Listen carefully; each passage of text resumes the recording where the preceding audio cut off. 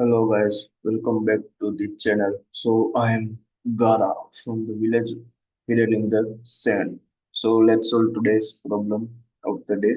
So the problem is spiral matrix. So what is the problem? So we have given a one matrix and in matrix we have to do the traversing. Now how we are doing traversing from where we are start to traverse here. So we have one R start and one C start. So R start is the starting location and the C start is the ending location. Now we have a grid of size clo- rows cross columns. And they mention one thing is that the northwest corner is at the first row and the column in the grid. So this is our like a first row. And if we are moving further, the southwest corner is at the last row and column. So this is our last row and column. Now you will walk in a clockwise spiral shape. Like you have to walk like this in clockwise spiral manner and visit every position in the grid. Whenever you move outside the grid, let's say this is our box, or this is our grid, we are moving. If we are start from here, we are going here, then we are moving here, then here, here. Now we can't move further, so we have to go outside also. So there is nothing wrong here in to go outside from the grid. So whenever we move outside of the grid, we continue our walk outside the grid, but we can't or we don't have to store that result, but may return to the grid boundary later. Yeah, okay, so we saw that here we are going outside, but still we are inside the grid boundary. Okay, now return an array of coordinates representing the position of a grid in order you visit them. So you have to return the array of positions in order in which you are visiting them. So like if we have here in this question, we have given a 5 cross 6 matrix. So 30 elements are total here that so we have to return the coordinates. What we have to return? The main thing is here we have to return the coordinates and so coordinates contain two things x and y. So what we can do, we have to store the coordinates in a result array. And what is the size of the result array? The size of the result array is the total matrix size. So it will be rows, columns. Okay, now from where we have to start doing the spiral towers. So we have given a location R start and C start. So this is our initial location from where we are starting the traversing. Now here how we are moving. So let me take one matrix. Let me take one matrix. I think it will be easy for you to visualize. Like this is our rows, this is our column. Now let's say if we have here, if we are here, this is our starting index. Now how we are moving from here. So as this is our starting index, so we can move in four directions. Four direction means we can move in the left, right, up and down. But from here, we are first going to the right, then down, then left, then up. This is our path because this is the way you are visiting the spiral, right? From first here to here, then like you have to follow this order of the direction. And now, okay, so as you are starting it here, so let's say this is your indexing.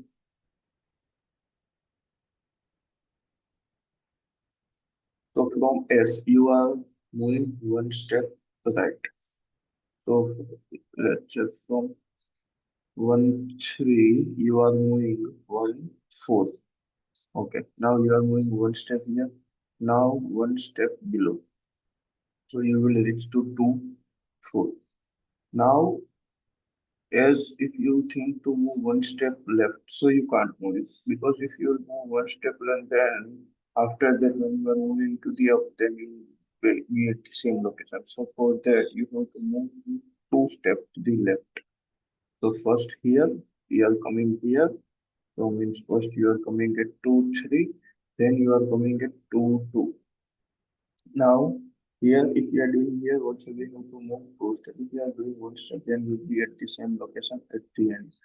So here first we are at the 1, 2, and then we are at the 0, 2. Like that also here we have to, if we are moving 1, 2, we also can't move two step here because we are which here. So we have to move 3 steps.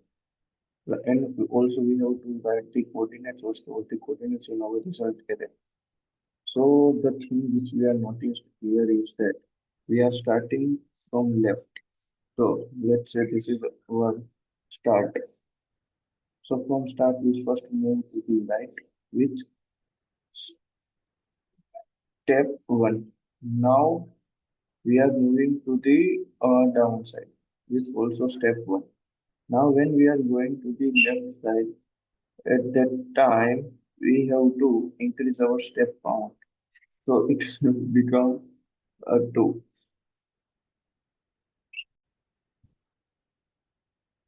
Now from we saw that if we are going to the up, then also we are taking a 2 step. Now from up we are going to the right.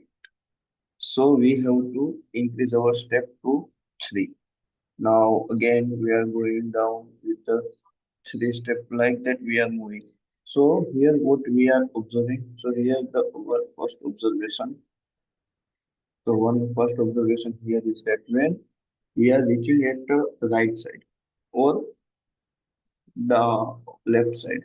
We are increasing the count. Let's suppose here we at starting we have a step is equal to 0. Now when we came to the right, we increased by 1. Now again when we came here to the left, we increased step count by 1. When we came again to the right, we increased step count by 1. So from here we can first observation is that whenever we are reaching to the or whenever we are moving to the right or left direction, we have to what we have to increase our step count. The first thing we go to so here now when we have at our given location, let's say we are at location the R start and column start. Now we want to move in the four direction. So for that also here we are making the one direction array in which we are storing the fourth direction. So let's say if you have here x and y, so you can go to the x. So here the column will increase. So let's say if you are here 0 0, so it will become here 0 1. Now when you are moving to the downside, the row will increase. So it will become 1 0. Now here, if you are going to the right side, left side, then your column will decrease. So then here you have 0 minus 1 and upper side the row will decrease. So it will become minus 1 0. So this is the order that you have to write. But here we are going from spiral order. So from this, and then again this. So that the same order we are storing into the direction array. 1 0 0 minus 1. Now where we are using this direction arrow. So when we increase the step and if we are moving in that step direction. So as you saw here, in one direction we have to move till our step is not completed. So here if let's say you're right, so in that you have to add the right coordinates in your result and then it's stored into your result array. In from the previous coordinate, you have to add the right coordinates, then store it, again do the same thing. So that's why we are using this direction. And so it will be very easy for us to move in that direction. Now, when we are changing the direction, so let's say this is our direction of 0, 1, 2, 3, and this is also like right, then down, then left, and then up. Okay. Now, when So how we are increasing our direction? So this is like our starting direction as 0 and we are increasing direction plus 1 each time when we are changing. the steps, or when we are changing the direction. First, we are moving that direction, given number of steps. After that, we have to change the direction. So how we are changing? So we are just incrementing the previous value, and as we have only four directions, so we are doing mode 4. So it will be again come into the same direction here. Okay.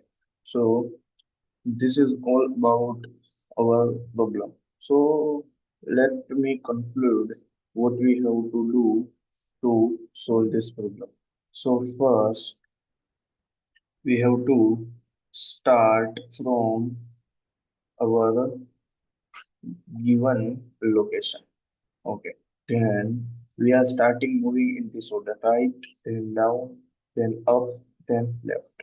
Now, as from the observation one, we saw that whenever our direction is become zero or our direction is become two, we are what we are doing, we are increasing the step.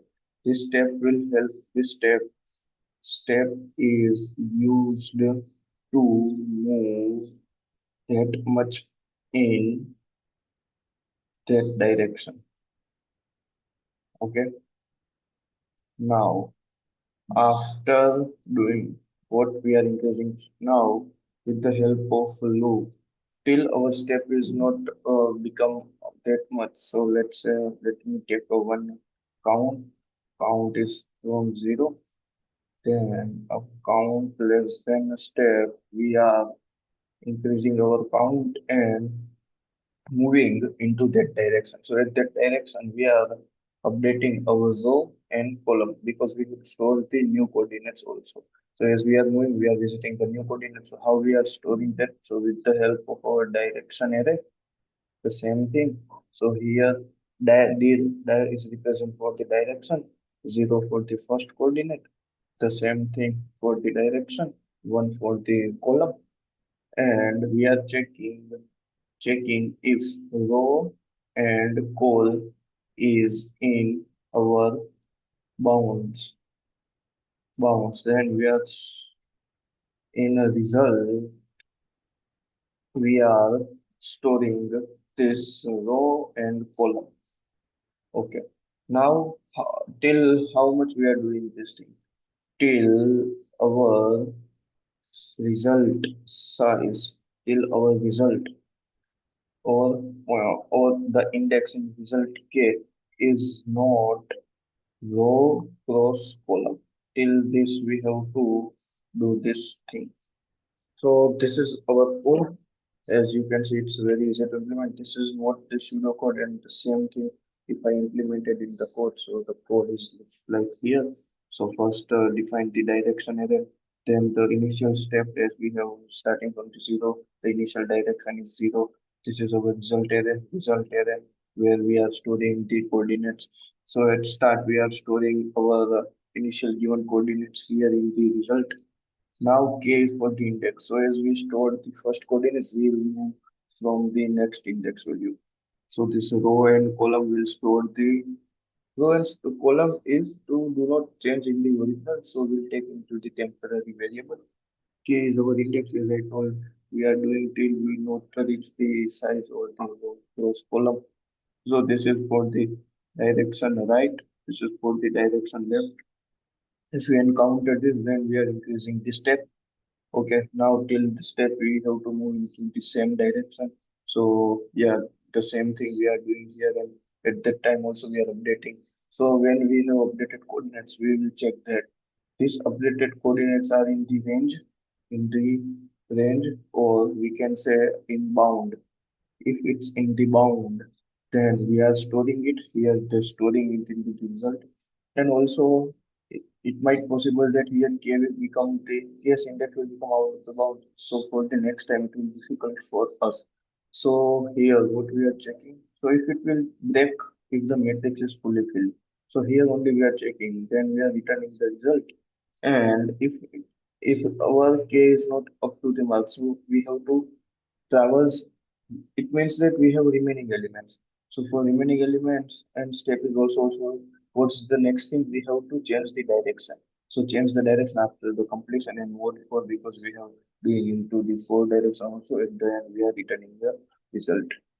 Now, if we are talking about the time complexity and space complexity, so here space complexity will be order of, let's say we have this is in our output. So if we are ignoring this, then we have order of one. Or else, if let's say someone might told you that mention this space also, then this will be the space of row cross column. Okay. Now the interesting thing is about the time complexity. Let's say we have one matrix here. So in this matrix, we are just not moving to all the nodes. We are also, or we can say, we are not just visiting the elements inside the matrix. We are also going out of the bound matrix and out of the boundary matrix and also visited that element also. So we also have to mention or thinking that in thinking to visiting that elements in our time complexity. Let's say we are moving here, then here, then here. Okay, so this is our case here. So as we can see here, the last time we are visiting is depending on the who is the maximum. Let's say here we have only two, but here we have three. So the last thing is depend on the maximum of rows and column. Understood? Okay. Let me explain this again. So from here we are moving here, then okay. Let me explain. Erase it and tell you. So from here we are moving here, then in this direction. Now two step here. So we reached out of the boundary. Then here we came here. Now till this we have to visit. Now till this we have to go like this. Okay, till here we have to visit because from here, then let's say till here. So as you can see that we are visiting this node.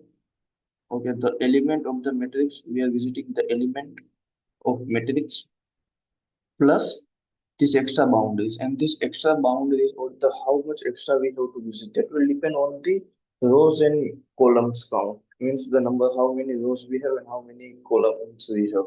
Because as here you can see here it will be like two, because in the left direction we are going to the two, or right direction we are going to the maximum two, because out of bound is also from any index to maximum two. But for the rows also, but for the row, as you can see, it will depend on the number of row. Okay, here you can see that the row is the row count is more. So we have to go for the more values, or we have to visit that extra elements because of this row count maximum here. So our time complexity is depend on the maximum of row and column. And as we have to visit the matrix, so it will become the square of this. So this is our time complexity, this is our space complexity, this is our code. So if you like this video, then do like, do share, and if you have any doubt, then please mention it in comment. So thank you guys.